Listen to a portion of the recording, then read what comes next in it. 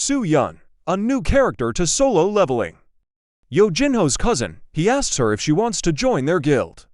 Just sign, and you are free to do whatever you want after that. What guild? What are you talking about? Yo Jinho asked if she's aware that Jinhee is coming back to Korea.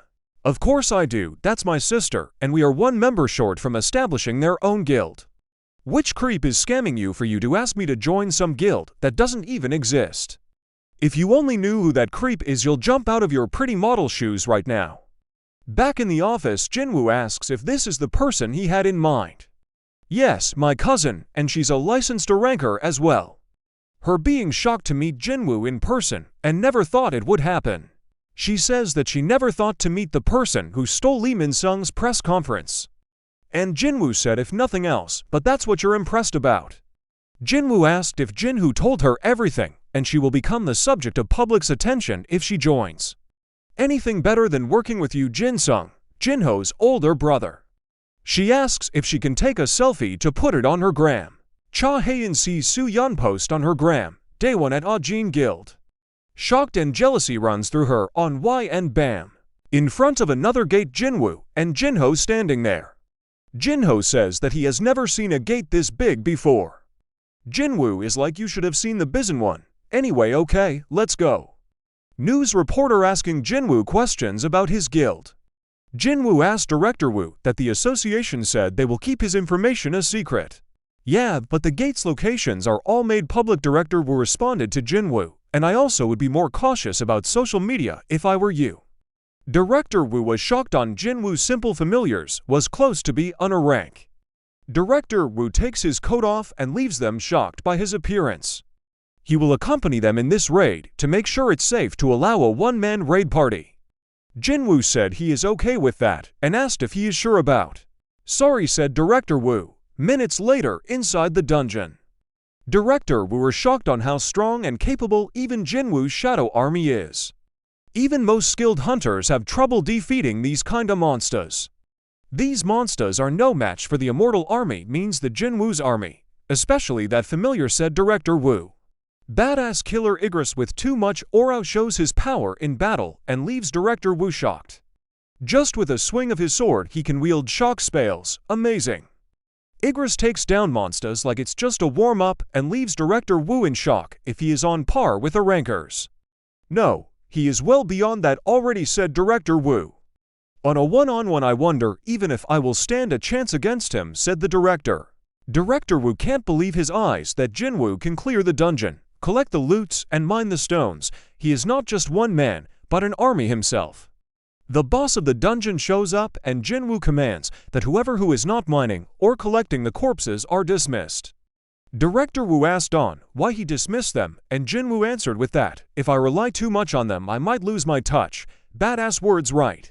As the boss swing at Jinwoo, he dashes forward with ultimate speed and cuts off the boss hit in a single hit. Director Woo couldn't believe his eyes on what just happened. After defeating the boss, Jinwoo leveled up and got some good rewards. Especially the shadow exchange has gone down by 1 hour, now only with 2 hour cooldown. Jinwoo said just only if I keep leveling up this skill I can keep Mom and Jinna safe no matter where I am in the world. This monster skin is used to make armor and shields, but he cut right through them with 2 daggers like it's nothing, said Director Woo.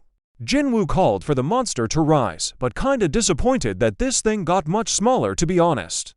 But this thing is strong as Tusk. I can feel the mana in him, and I am sure he will be useful.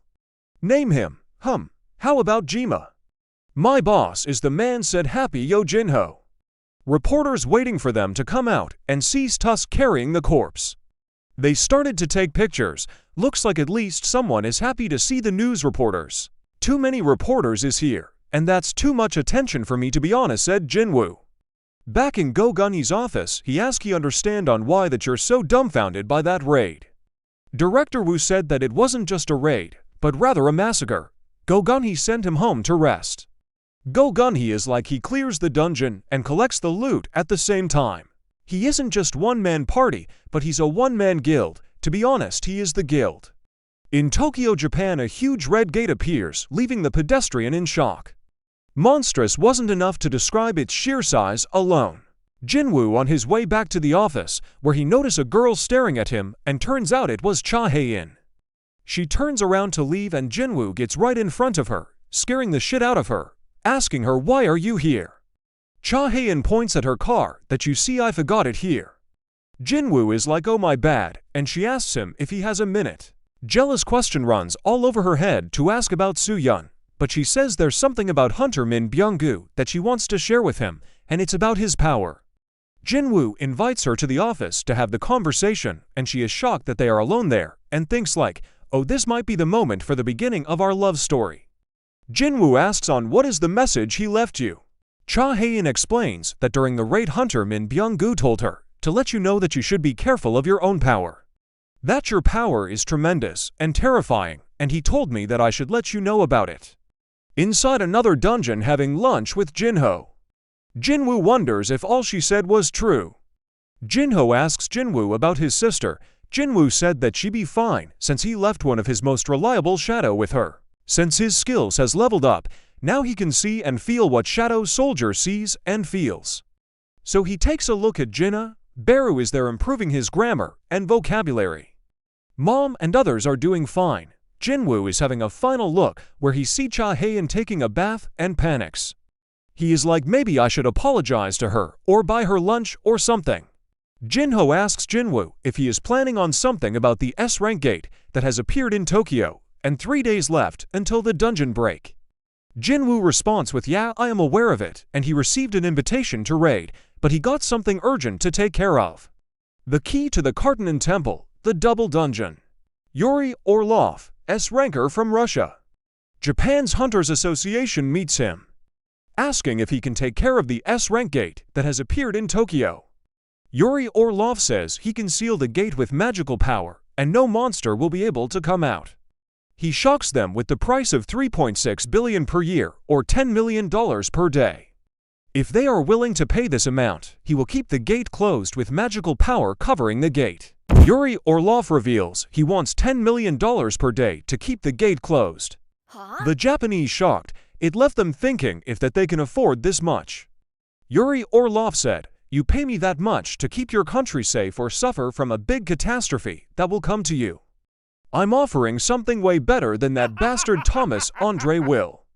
The Japanese hunter said that it sounds like you're very confident about your abilities. Yuri Orlov saying, "Of course, hiring me is 10 times better than hiring 100 of those small fry." The Japanese hunters got pissed as Yuri Orlov cursed them in that moment. Yuri Orlov shows his power by sealing them from moving, and they can't move a finger without his permission. Try to break free if you can. Japanese hunters shocked as they can't do anything, even they are S-rank hunters. The Japanese soldier thanks him for showing his powers, and his concern is if their government will be able to fund this much. "We have no other choice but to accept," he told Yuri Orlov, "that you've got a deal."